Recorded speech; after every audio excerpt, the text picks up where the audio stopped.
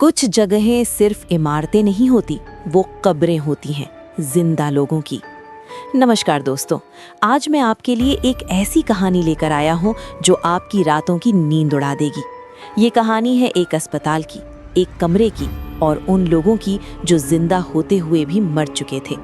तो अगर आप अभी अकेले हैं, लाइट जला लीजिए और वीडियो को पूरा देखिएगा, क्योंकि अंत में जो ट्विस्ट है वो आपका दिमाग हिला देगा। चलिए शुरू करते हैं कमरा नंबर 317 की कहानी। शिवलोक मल्टी स्पेशलिटी हॉस्पिटल, शहर का सबसे पुराना अस्पताल। दिन में ये जगह बिल्कुल नॉर्मल लगती थी, लेकिन रात को यहाँ की हवा भी बदल जाती थी। 23 साल की अदिति, एक नई नर्स, आज उसकी पहली नाइट ड्यूटी थी। उसे लग रहा था कि ये एक आम रात होगी, लेकिन वो गलत थी, बिल्कुल गलत। जाते जाते उसकी सीनियर ने बस एक बात कही थी, कमरा नंबर 317 से दूर रहना। वहाँ कोई पेशेंट नहीं है, पर फिर भी उस कमरे में सब कुछ जिंदा है। अदिति हंस पड़ी, उसे लगा ये सीनियर्स की पुरानी डराने वाली ट्रिक है। लेकिन दोस्तों, कुछ चीज़ें मजाक नहीं होती। रात के ठीक 12:17 पर पूरा वार्ड शांत था।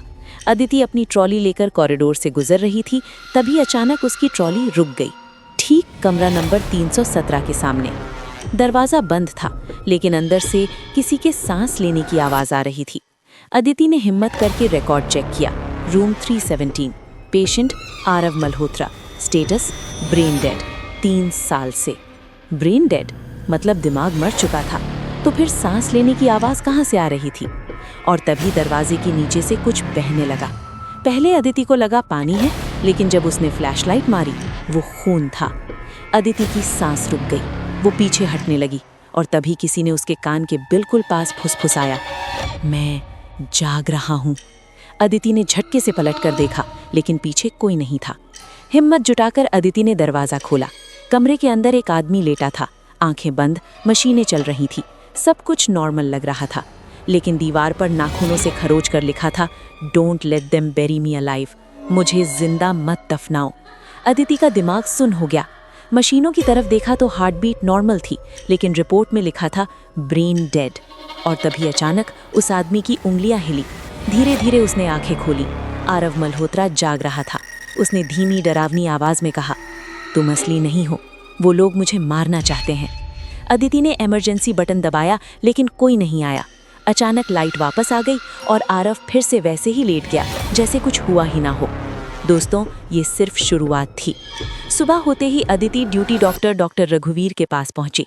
जब उसने रात की सारी बात बताई, डॉक्टर का चेहरा सफ़ेद पड़ गया। उन्होंने दरवाज़ा बंद किया और पूछा, तुमने वो आवाज़ सुनी? फिर उन्होंने बताया कि 3 साल पहले आरव मल्होत्रा एक इन्वेस्टिगेटिव जर्नलिस्ट था, जो इसी अस्पताल के एक गुप्त प्रोजेक्ट की जाँच कर रहा था। जिस रात वो सच बाहर लाने वाला था, उसी रात उसे सीढ़ियों से गिरा हुआ घोषित कर दिया गया था।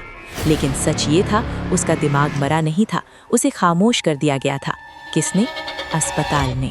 उसी रात 12:15 बजे अदिति के फ़ोन पर एक मैसेज आया, अगर तुम जिंदा रहना चाहती हो तो आज रात 2 बजे कमरा नंबर 317 में अकेले आना।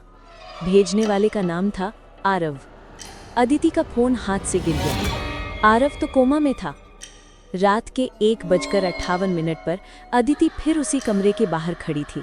दरवाज़ा खुला, अंदर सब वैसा ही था, लेकिन जैसे ही वो अंदर गई, दरवाज़ा अपने आप बंद हो गया। मशीनों की बीप तेज हो गई और आरव की आंखें खुल गईं। इस बार उसकी आंखों में डर नहीं, गुस्सा था। उसने कहा, डरो मत, मैं तुम्हें नुकसान नहीं पहुंचाऊंगा, लेकिन वो लोग, वो हर जगह है। आरव ने बताया कि ये अस्पताल एक सीक्रेट एक्सपेरिमेंट करता है। ऐसे मरीज जो अकेले होते हैं, जिनकी आवाज़ कोई नहीं सुनता, उन्हें ब्रेन डेड घोषित कर दिया जाता है। असल में उनका दिमाग जिंदा रहता है। उन पर दर्द, डर और यादों के प्रयोग किए जाते हैं। वो लोगों को मारते नहीं, उन्हें जिंदा दफन करते हैं। और तभी कमरे में ठंड बढ़ गई। एक आवाज़ आई, डॉक्टर साहब ने मना किया था अदिति।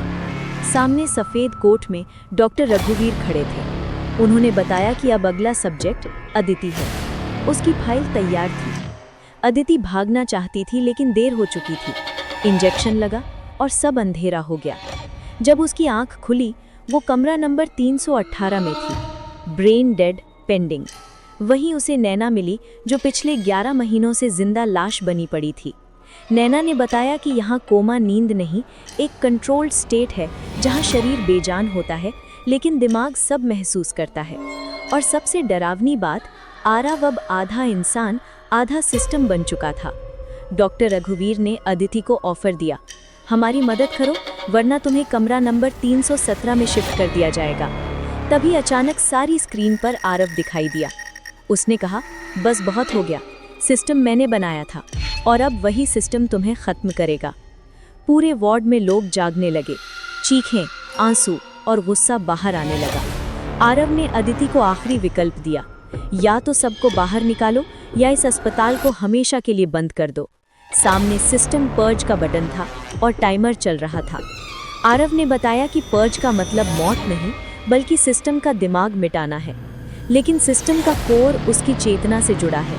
अगर पर्ज हुआ तो आरव खत्म हो जाएगा। अदिति ने कांपते हाथों से बटन दबा दिया। सिस्टम खत्म हो गया, लोग बच गए, अस्पताल बंद हो गया। लेकिन जाते जाते आरव की आवाज़ गूंजी, सिस्टम खत्म हो सकता है लेकिन यादें नहीं।